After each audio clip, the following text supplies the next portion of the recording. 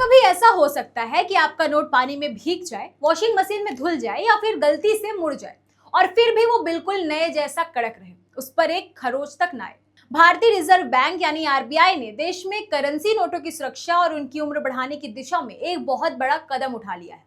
हमारे हाथ में मौजूद कागज के नोट अब जल्द ही इतिहास बनने जा रहे हैं और उनकी जगह लेने आ रहे हैं आधुनिक प्लास्टिक नोट। नमस्कार, मैं तनु भदौरिया और आप देख रहे हैं विंद फर्स्ट।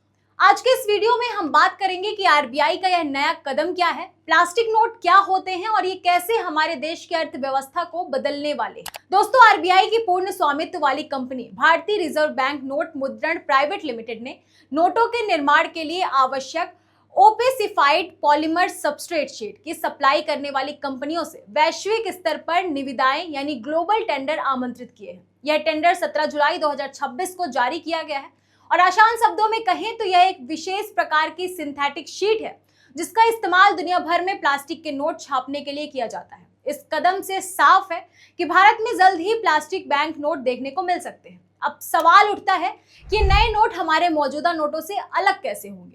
अभी जो पारंपरिक भारतीय नोट हम इस्तेमाल करते हैं वे मुख्य रूप से कपास से बने विशेष कागज पर छापे जाते हैं। इसके विपरीत जो नए प्लास्टिक या पॉलीमर नोट आ रहे हैं वे एक विशेष सिंथेटिक प्लास्टिक सामग्री से बने होते हैं। ये नोट छूने और दिखने में काफी हद तक सामान्य नोटों जैसे ही होते हैं, लेकिन इनमें पारदर्शी विंडो और एडवांस होलोग्राफिक फीचर जैसे आधुनिक सुरक्षा उपाय आसानी से शामिल किए जा सकते हैं, जिनकी नकल करना बेहद मुश्किल होता है। आरबीआई द्वारा प्लास्टिक नोटों को अपनाने पर विचार करने के दो सबसे बड़े मुख्य कारण हैं। पहला है स्थायित्व और दूसरा है सुरक्षा।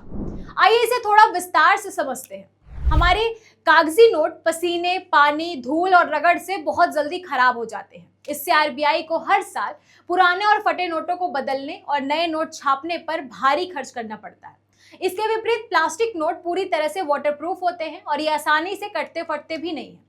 इसके अलावा इन नोटों में बेहद जटिल सुरक्षा विशेषताएं होती हैं, जिससे जाली नोटों के धंधे पर पूरी तरह से लगाम लगाई जा सके। दुनिया के कई विकसित देश जैसे ऑस्ट्रेलिया, कनाडा और यूनाइटेड किंगडम बहुत पहले से ही पॉलीमर यानी प्लास्टिक नोटों का इस्तेमाल कर रहे हैं और उनके अनुभव बेहद सफल रहे हैं।